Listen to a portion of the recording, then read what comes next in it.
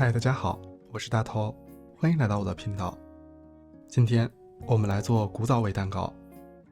上个月有观众在我的视频下方留言，说希望出一期古早味蛋糕的教程。那今天这个视频中，我会详细介绍古早味蛋糕制作中的各个要点，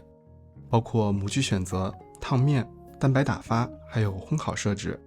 希望能帮助你做出不开裂、不缩腰、湿润绵密的蛋糕。今天的食谱可以做一个6寸圆形的蛋糕，因为这个蛋糕要用水浴法来烘烤，所以我用了一个固定底的6寸圆形模具。我非常建议用固定底模具，活动底模具即使多包几层锡纸，还是容易有冷凝的水汽在锡纸内部，导致蛋糕底部过于潮湿。在底部和侧边垫上烘焙纸，方便脱模。我的模具的高度是7厘米，最后蛋糕侧边大约会长到6厘米左右的高度。如果你的模具高度比较矮的话，我推荐把侧边的烘焙纸做高一点，否则面糊无法继续沿着侧边膨胀，蛋糕的中心就会膨胀过度而开裂。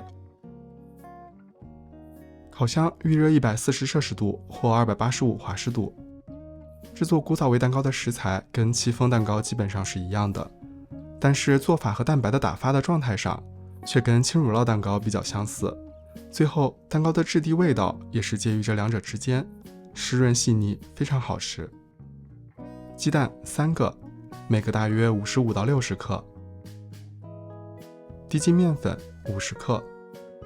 细砂糖40克，植物油40克，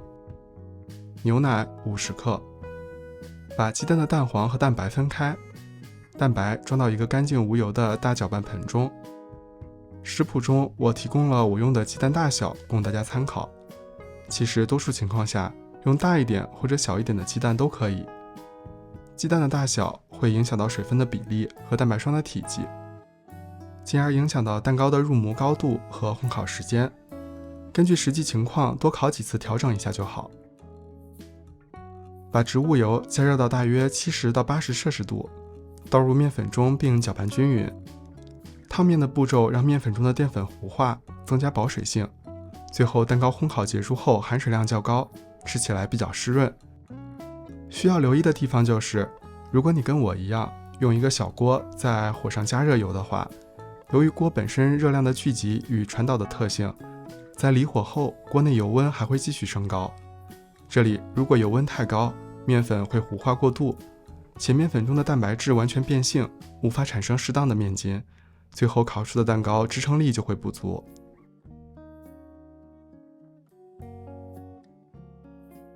搅拌均匀后，加入蛋黄和牛奶，同样搅拌均匀。面粉先与油混合的好处就是可以放心大胆的画圈搅拌，最后面糊应该均匀顺滑，搅拌时能感受到一点阻力的状态。古早蛋糕因为要低温水浴长时间烘烤，蛋清的打发跟之前做过的轻乳酪蛋糕一样，都是需要细腻绵密的蛋白霜。这种蛋白霜其实也很适合新手，打发速度低，蛋白霜的状态改变比较慢，所以更容易控制打发的程度。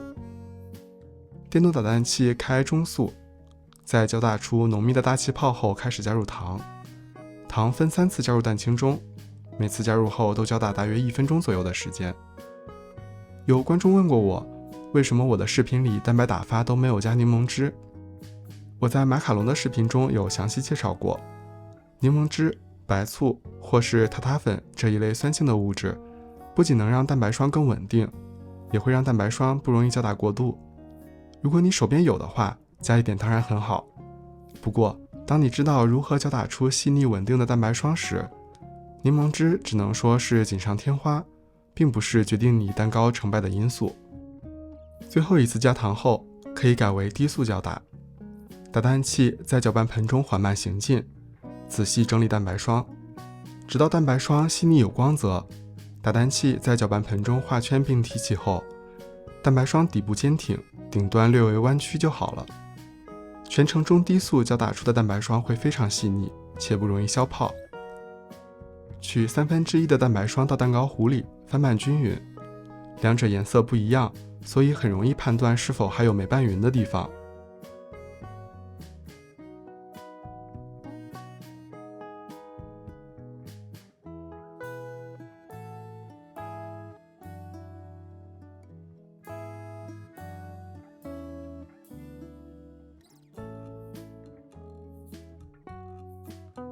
混合好后，倒回蛋白霜中，用刮刀翻拌到完全均匀。这里也可以用手动打蛋器进行翻拌，能更快速地把偏大块的蛋白霜打碎混匀。记得最后用刮刀把搅拌盆边缘的蛋糕糊混匀就好。混合好的蛋糕糊细腻有光泽，有一定的流动性。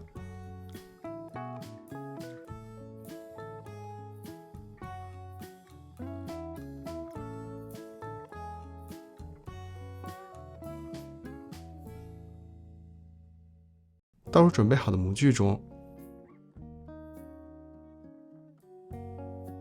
表面用刮刀轻轻抹匀，把模具放入一个大的、有一些深度的烤盘内，注入大约2厘米高的热水，放入预热好的烤箱中，140摄氏度或285华氏度烘烤90分钟。出炉后，重重地在桌面摔几下，震出其中的热气，立刻脱模并揭去烘焙纸，放在烤网上晾凉。这个温度和烘烤时间只是一个参考，你用的鸡蛋大小、蛋糕糊进入烤箱时的温度、烤箱内部的实际温度、模具的材质和颜色等等各种因素，都会影响到蛋糕烘烤所需的实际时间，需要根据烘烤结果来调整。我们要达到的目的是让蛋糕内部烤熟的同时不要太干燥，上下内外的熟度均匀一致。我这里还用更高一点的温度尝试了一下，这个是150摄氏度烤了1小时15分钟的样子。冷却后侧边会略微回缩一点，是正常的，也不会塌陷。内部组织同样湿润绵密，蛋糕上半部分会稍微更蓬松一点点，但是整体来说差别不是很明显。这个是160摄氏度烤了1小时5分钟，可以看到表面上色比较深了已经。冷却后侧边回缩反而比低温烘烤的要更明显，靠近顶部的地方更干燥蓬松，底部更湿润绵密一些，但其实内部的气孔均匀细密，味道上与低温烘烤的差别不大，所以其实高一点的温度也都能烤。有水浴法和细腻稳定的蛋白霜，蛋糕并不会烤干或者开裂，只是过高的温度会让蛋糕表面上色过快，进而导致烘烤的时间缩短，更容易出现内部还没烤熟的情况，造成回缩。至于更低的温度其实也能烤，我试过，烘烤时间会更长，而且因为温度低于美拉德反应所需的大约140摄氏度的温度，